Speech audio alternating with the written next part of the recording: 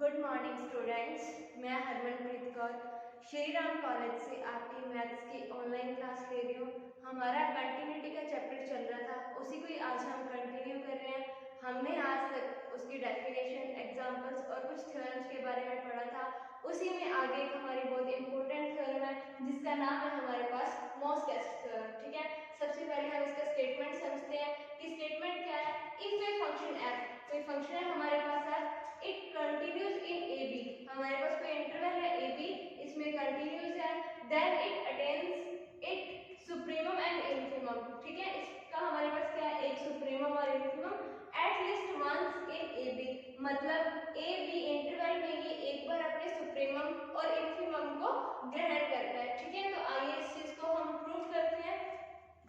तो देखिए, इसमें हमें क्या दे रखा है कि फंक्शन हमारा जो एफ है वो क्या है, हमारे पास कंटिन्यूस है।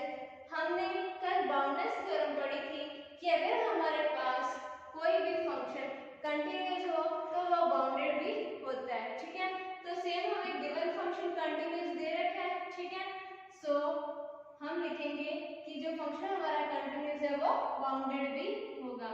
सो by the bounded theorem, function f is bounded in a b interval। ठीक है, फंक्शन क्या होगा हमारा, बाउंडेड होगा ए बी इंटरवल में। ठीक है, अब देखिए, अगर फंक्शन बाउंडेड है तो बाउंडेड की कंडीशन क्या होती है कि इसकी upper bound and lower bound दोनों हमारे पास अवेलेबल होंगी। अगर इसकी अपर बाउंड और लोअर बाउंड दोनों अवेलेबल है हमारे पास तो इसका कोई ना कोई सुप्रीमम और इन्फिमम भी होगा। ठीक है, तो let f attains its supremum and infimum in AB interval। ठीक है, at least once, मतलब एक टाइम में वो जरूर अपने सुप्रीमम और इन्फिमम को ग्रहण करते हैं। ठीक है, अब देखिए, जहाँ पे उसको सुप्रीमम और इन्फिमम मिलेंगे वो कोई पॉइंट्स भी होंगे हमारे पास, तो हम लेट कर लेते हैं कि हमारे पास अल्फा और बीटा दो पॉइंट्स हैं जिस पे हमें सुप्रीमम और इन्फिमम मिलता है। लेट एफ अल्फा, अल्फा पर हम मान लेते हैं कि हमें सुप्रीमम मिलता है। सुप्रीमम बड़ी वैल्यू होती है तो हम इसको कैपिटल एम से डिनोट कर देते हैं। एंड एफ बीटा, बीटा पे हमें क्या मिलता है, इसका इन्फिमम मिलता है। इन्फिमम हमारे पास छोटी वैल्यू होती है तो इसको हम स्मॉल एम से डिनोट कर देते हैं। ठीक है, तो सबसे पहले हम दोबारा एक बार स्टेटमेंट को देखते हैं कि फंक्शन एफ हमें कंटिन्यूअस दे रखा है और बोला है कि कोई ऐसे पॉइंट फाइंड करने हैं जिस पर ये कम से कम अपने सुप्रीमम और इन्फिमम को एक बार जरूर ग्रहण करे। ठीक है, तो वही चीज हमने लिया है बाउंडेड थ्योरम से। हमने मान लिया कि फंक्शन हमारा बाउंडेड है, अगर बाउंडेड है तो इसकी सुप्रीमम और इन्फिमम वैल्यू हमें प्राप्त होगी। ठीक है, मान लिया कि अल्फा पॉइंट पर हमें सुप्रीमम मिल रहा है, बीटा पॉइंट पर हमें इन्फिमम मिल रहा है। ठीक है, अब देखिए, हम जब भी थ्योरम प्रूव करते हैं तो हम इसमें कॉन्ट्रडिक्शन प्रूव करते हैं, यानी जो चीज हमें फाइंड करनी होती है पहले हम उसको उसके अपोजिट लेट कर लेते हैं। ठीक है, सो लेट एफ अल्फा, यानी एफ जो फंक्शन है नॉट अटेन्स, सुप्रीमम के लिए प्रूव कर रहे हैं पहले, F not attains its supremum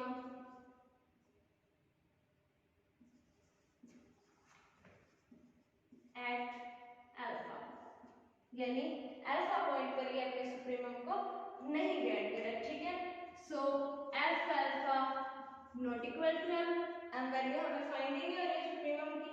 अब देखिए, यहाँ से हम इसे M minus F alpha not equal to 0 ये चीज लिख सकते हैं, क्योंकि एफ अल्फा को हम यहाँ लेके जाएंगे तो M minus F alpha not equal to क्या आ जाएगा, हमारे पास 0 आ जाएगा। ठीक है, अब देखिए, हमें पता है एफ अल्फा हमें कंटिन्यूस, यानी एफ फंक्शन हमें कंटिन्यूस दे रखा है और एम हमारा कोई ना कोई कांस्टेंट वैल्यू है, तो कांस्टेंट फंक्शन हमेशा कंटिन्यूस होता है और एफ अल्फा हमारे पास ऑलरेडी कंटिन्यूस है, तो ये फंक्शन हमारा क्या आ गया,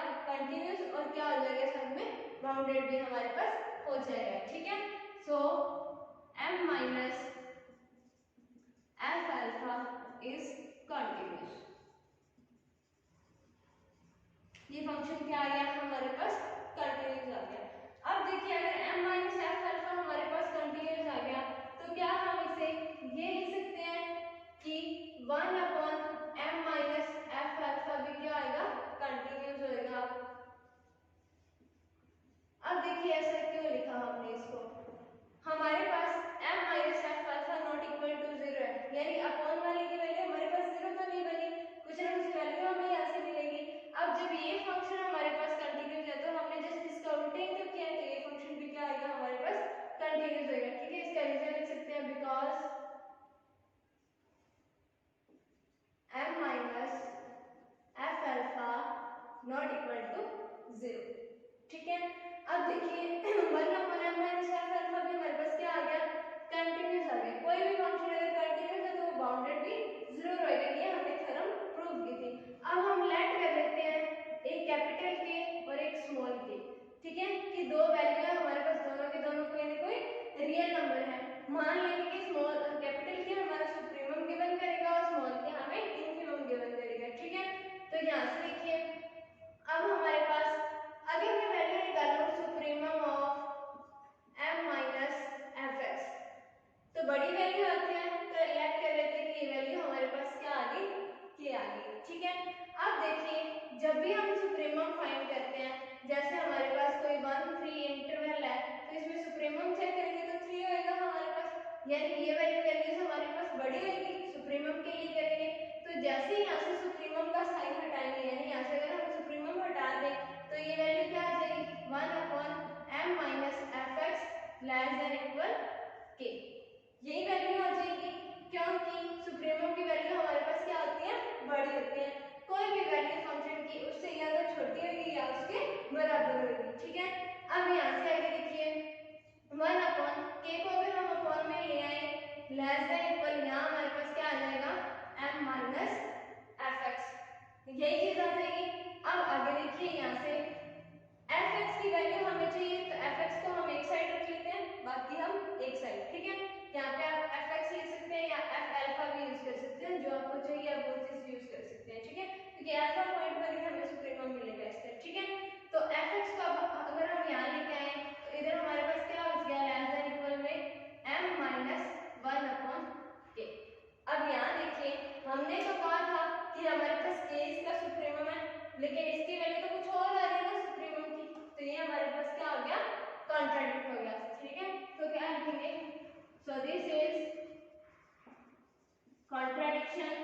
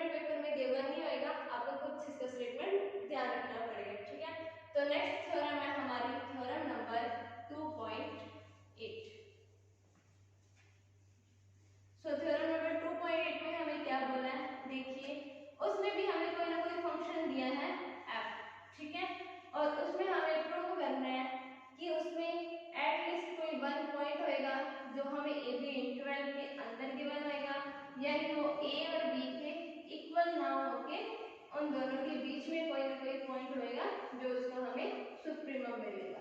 ठीक है, तो आइए थ्योरम प्रूव करते हैं। नेक्स्ट थ्योरम का नेम है हमारे पास बोल्जमैन थ्योरम।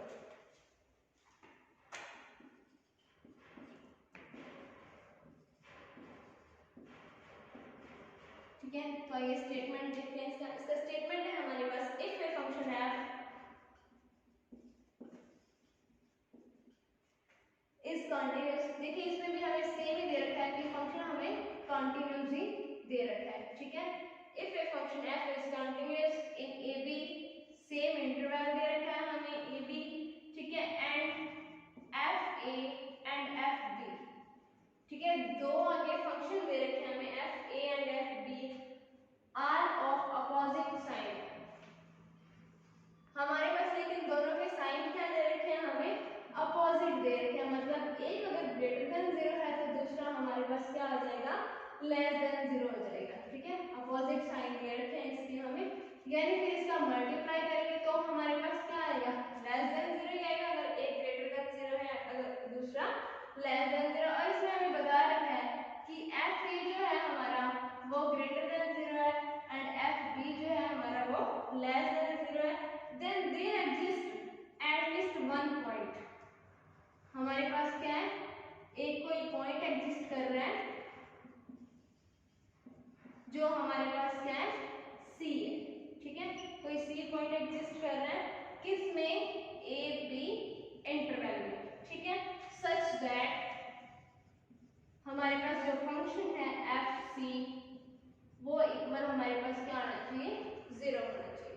देखिए हमें स्टेटमेंट क्या दिया है थ्योरम का कि f हमारा कंटीन्यूअस फंक्शन है ए जी में f a और f b दोनों के दोनों अपोजिट साइन है हमारे पास। ठीक है, यानी अपोजिट है, एक पॉजिटिव है एक नेगेटिव है, तो दोनों का मल्टीप्लाई भी हमारे पास क्या आएगा, नेगेटिव आएगा। ठीक है, दे दिया इसने कि f a तो है greater than 0 and f b है हमारे पास लेस देन 0। ठीक है, then there exist at least one point, कोई ना कोई सी पॉइंट है जो a और b के बीच में है, ना कि a और b के इक्वल है, जिसके लिए हमें प्रूव करना है कि f से इक्वल आ जाएगा 0 पे।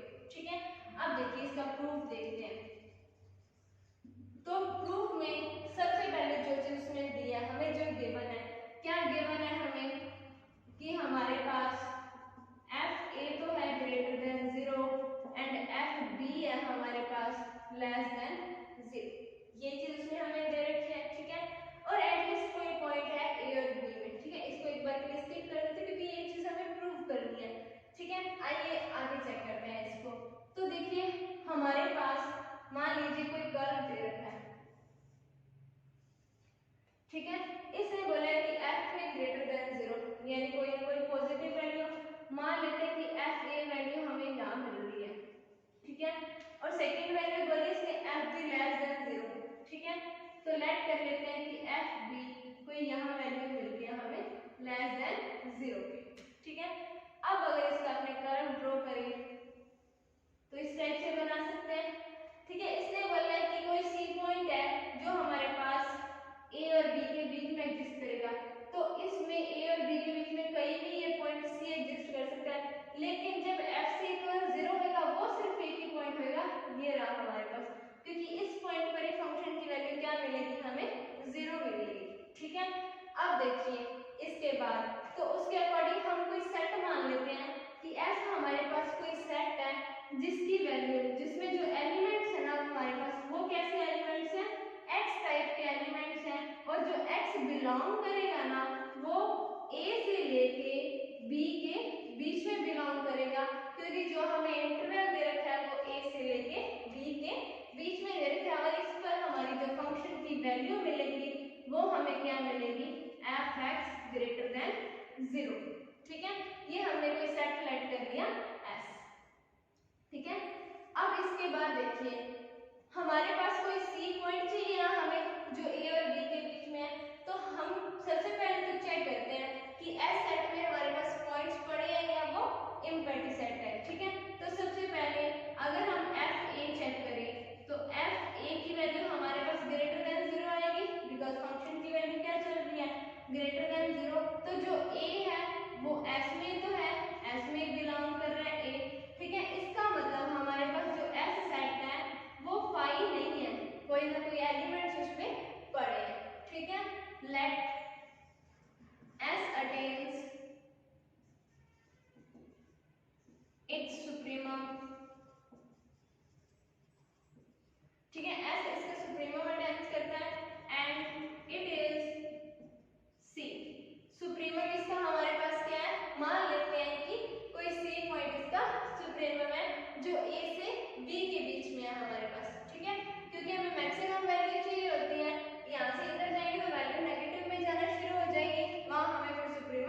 नहीं मिलेगा।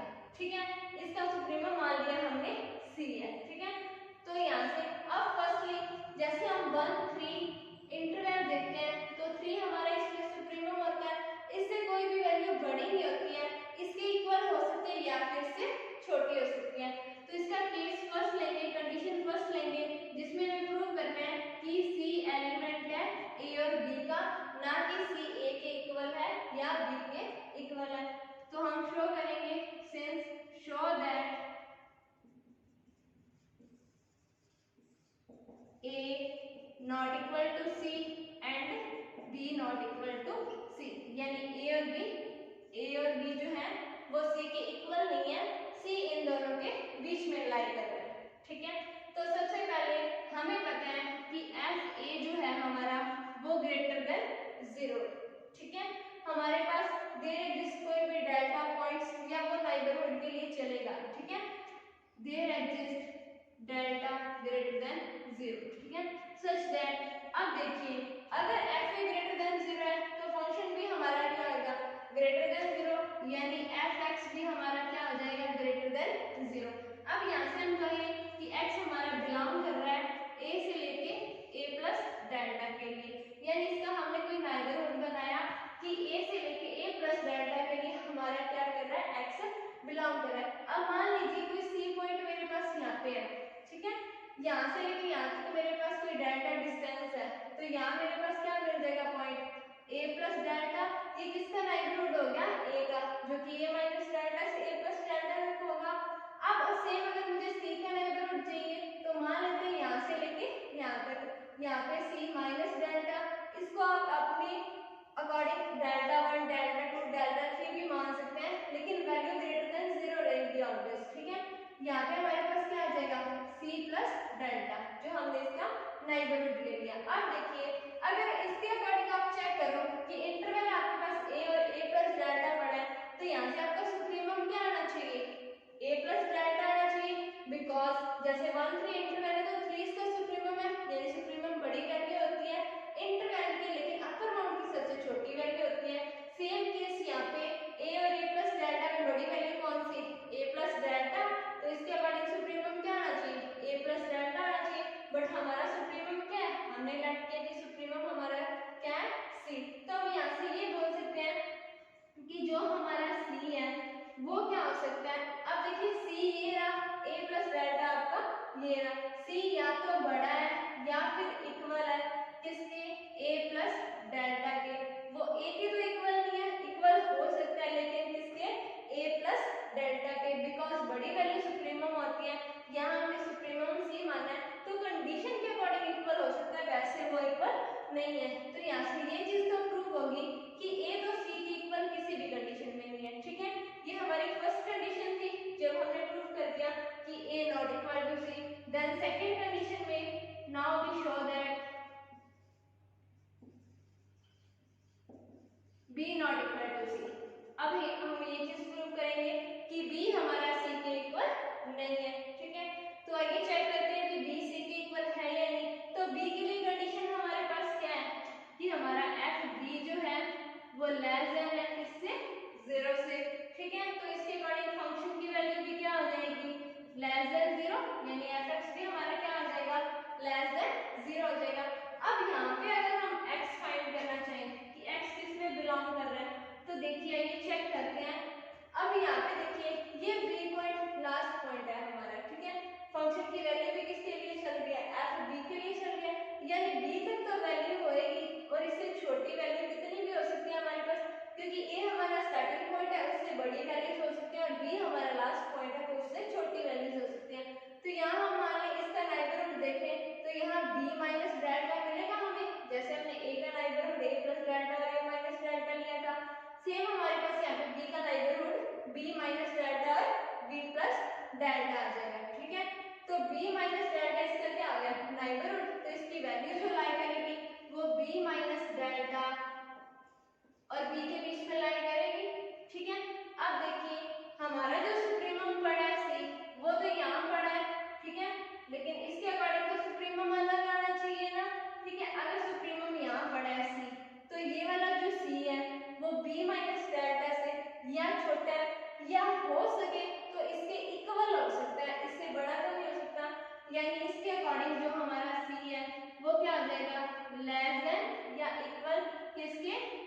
माइनस डेल्टा के, ठीक है। कंडीशन यहाँ भी वही है कि सी इक्वल हो सकता है किसके, बी माइनस डेल्टा के, बी के इक्वल तो नहीं है, तो यहाँ से ये कंडीशन भी प्रूव होगी कि b not equal to c. If a not equal to c and b not equal to c, then a जो हमारा सी पॉइंट है वो एग्जिस्ट करता है ए और बी के बीच में, ना कि इक्वल है ए या बी के, ठीक है। ये हमारी फर्स्ट कंडीशन प्रूव हुई है अभी तक, जहां हमें प्रूव करना था कि एटलीस्ट वन पॉइंट सी, कि कोई एक पॉइंट कम से कम हमारे पास है जो ए और बी के बीच में है, ठीक है। एक बार दोबारा देख लीजिए, हमने चीज वही यूज की है जो थ्योरम में हमें दे रखी है, जो बोला कि एफ ए ग्रेटर देन 0 तो लिया F A greater than 0, F be less than 0 तो एफ बी लेस देन 0, ठीक है। कोई सेट बनाया ए से लेके बी इंटरवल का ही, ठीक है। एलिमेंट्स किस टाइप के, एक्स के, ठीक है। फंक्शन की वैल्यू ग्रेटर देन 0, ठीक है। अब देखिए सबसे पहले अगर एफ ए ग्रेटर देन 0 है तो ए पॉइंट किसका है, एस सेट का ही तो है, मतलब एस नॉन एम्प्टी सेट है हमारे पास, ठीक है। अब हमें पता है कि हमारा जो फंक्शन कंटीन्यूअस है तो बाउंडेड होगा, अगर बाउंडेड है तो सुप्रीमम और इन्फीमम जरूर मिलेंगे, तो मान लीजिए कि कोई सुप्रीमम वैल्यू है हमारे पास सी, ठीक है। अब इसको प्रूव करना है कि सी ए और बी के इक्वल नहीं है, ठीक है। तो नाउ सबसे पहले हमने जो चीज गिवन थी ना एफ ए ग्रेटर देन 0 वही चीज ले ली, इसके लिए फंक्शन की वैल्यू भी ग्रेटर देन 0, तो इसका नाइबरहुड बनाया तो कहां से कहां तक बनेगा, ए से ए प्लस डेल्टा तक, तो इसके अकॉर्डिंग सुप्रीमम ए प्लस डेल्टा के इक्वल आ सकता है या फिर इससे क्या हो सकता है, बड़ा हो सकता है। सेम हमने जब बी के लिए प्रूव किया तो हमारा जो सुप्रीमम था सी वो बी माइनस डेल्टा से या तो छोटा हो सकता है या फिर क्या हो सकता है, उसके इक्वल हो सकता है, यानी दोनों ही केस में ना तो ए इक्वल है बी के और ना ही ना तो ए इक्वल है सी के और ना ही बी इक्वल है किसके, सी के, सी दोनों के बीच में कोई ना कोई पॉइंट लाई कर रहा है, ठीक है। ये तो हुआ एक पार्ट हमारा कंप्लीट, जब हमने प्रूव करना था कि सी ए और बी के बीच में है। सेकंड कंडीशन हमें प्रूव करनी है कि हमारा जो एफ सी है वो इक्वल 0 आना चाहिए, ठीक है। तो आइए सेकंड कंडीशन प्रूव करते हैं इसकी।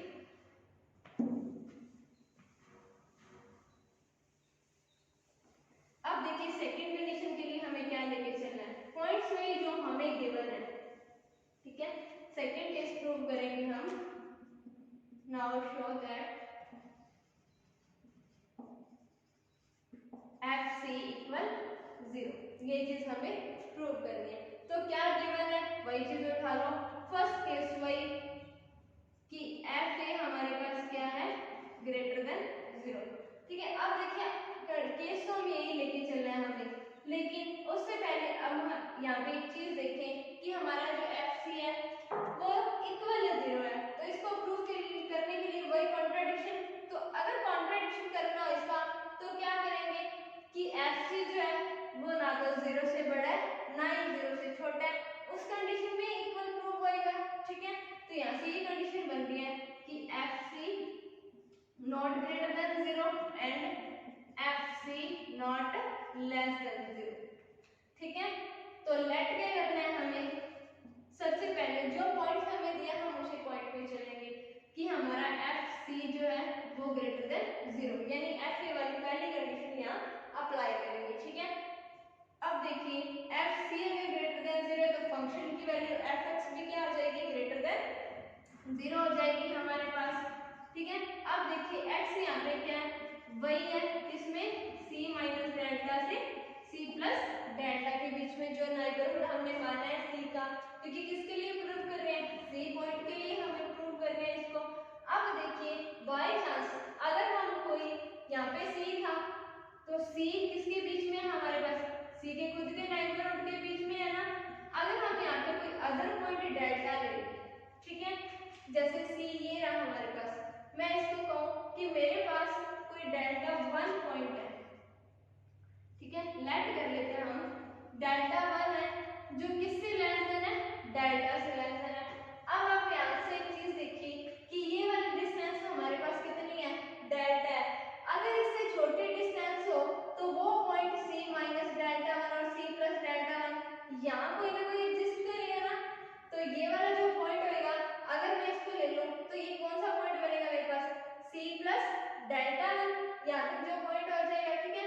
लेकिन जो मैं मानूंगी कि मेरे पास c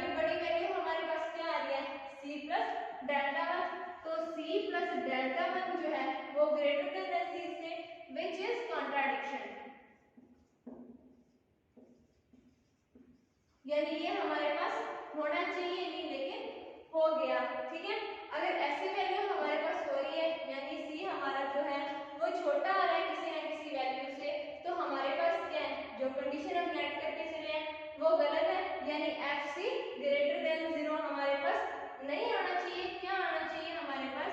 FC जो है वो नॉट ग्रेटर देन 0। ठीक है, इक्वेशन फर्स्ट कंडीशन हमारी यहाँ से फुलफिल हो गई। ठीक है, कि FC जो था वो नॉट ग्रेटर देन 0 हमारे पास आ गया।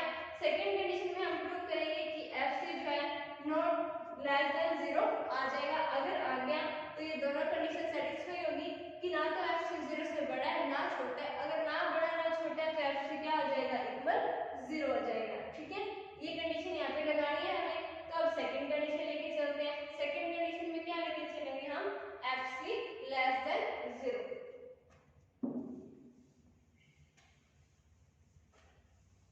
अब देखिए सेकंड कंडीशन हमारी FC now FC less than 0। अगर लेस देन 0 है तो कंडीशन इधर वाली साइड फुलफिल हो जाएगी। किसी के अगर उधर कोई पॉइंट हुआ तो बात तो सेम ही है कि FC लेस देन 0 है तो fx भी क्या आएगा? Less than 0। और फंक्शन की वैल्यू x वही बिलोंग करेगी इसमें। अब देखिए कोई अदर डेल्टा ले लो, c माइनस डेल्टा 2 और c प्लस डेल्टा 2, क्योंकि नेबरहुड मानना है डेल्टा ग्रेटर देन 0, चाहे कुछ भी ले लो आप वैल्यू। ठीक है, डेल्टा 1 डेल्टा 2 डेल्टा 3 जैसी आपकी इच्छा हो। ठीक है, तो fx हमारे पास क्या आ गया? Less than 0। ठीक है, और x हमारा बिलोंग करता है c माइनस डेल्टा 2 और c प्लस डेल्टा 2 के बीच में। वापस वही काम कि अगर हमारे पास c कोई अदर वैल्यू हो। ठीक है, अब देखिए c भी किसमें बिलोंग करेगा? c minus delta 2 and c plus delta 2 में। अगर मैं यहाँ पे कोई डेल्टा 3 पॉइंट लेट कर लूँ जो कि मेरे पास लेस देन है डेल्टा 2 से, और डेल्टा 2 तो लेस देन है ही डेल्टा से, तो बात वापस वही आ गई कि डेल्टा 2 से अगर छोटा है तो जैसे यहाँ अगर c पॉइंट है, यहाँ c माइनस डेल्टा 2 है, यहाँ c प्लस डेल्टा 2 है। अगर डेल्टा 2 से कोई पॉइंट छोटा है तो इसके बीच में एग्जिस्ट होएगा यहाँ।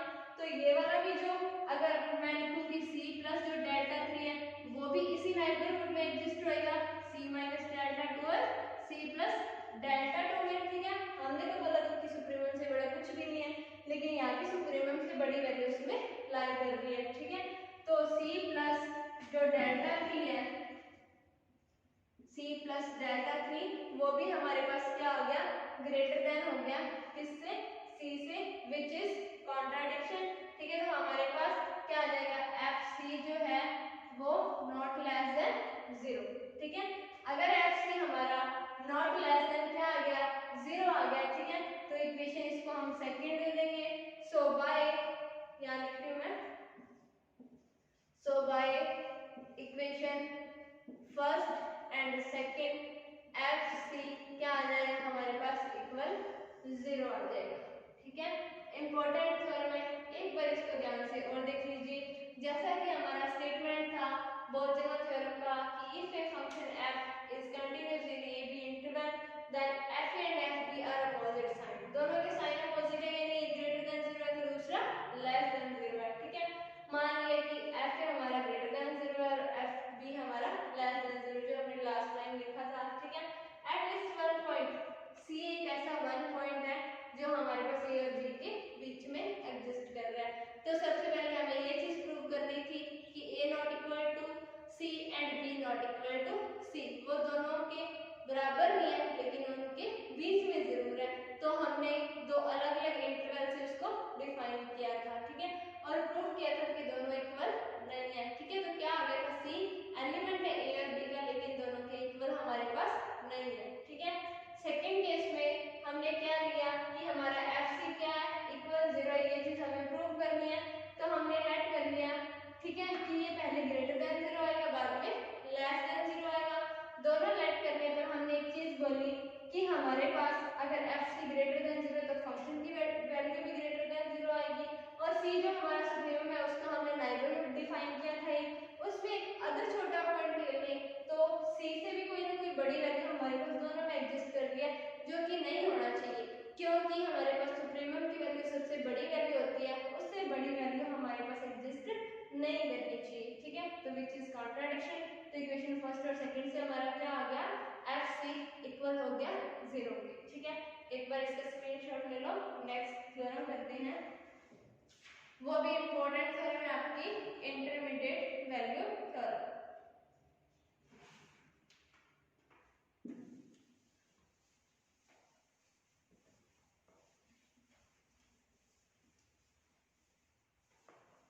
नेक्स्ट थ्योरम है आपकी इंटरमीडिएट वैल्यू थ्योरम। ठीक है, थोड़ा थोड़ा नाम से भी आइडिया लग रहा है कि इंटरमीडिएट, ठीक है, कुछ ना कुछ इंटरवल के अंदर ही मिलेगा हमें यहाँ पे। ठीक है, तो सबसे पहले इसका स्टेटमेंट लिखते हैं।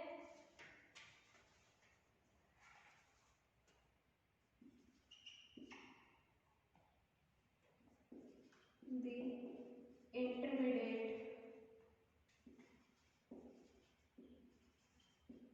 value theorem। ठीक है, तो स्टेटमेंट इसका, if a function f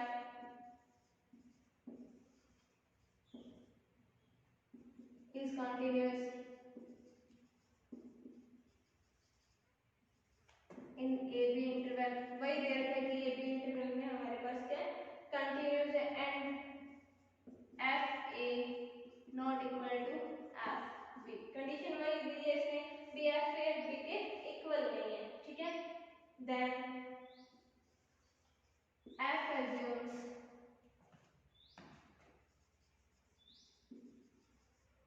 every value between fa and fb, ठीक है, at least once